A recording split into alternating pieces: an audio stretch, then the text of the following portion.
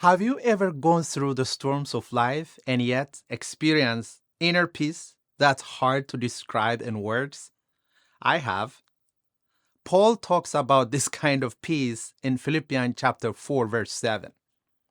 And the peace of God, which transcends all understanding, will guard your hearts and minds in Christ Jesus. Notice the connecting word "and." That means it's important that we read the verse before to understand this verse fully. And verse 6 says, "Don't be anxious about anything, but in every situation, by prayer and petition with thanksgiving, present your requests to God."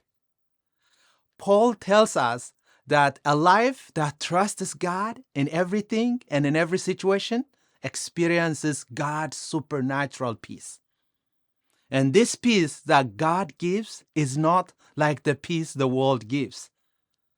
It surpasses all human understanding.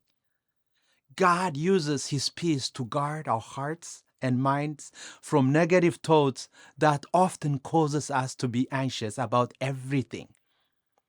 Remember Paul's life situation at this time when he wrote this message. He was in a Roman prison, tied with a Roman soldier. And he knew the days of his execution was near. And yet, his heart and mind were protected by God's peace, and he was rejoicing in the Lord.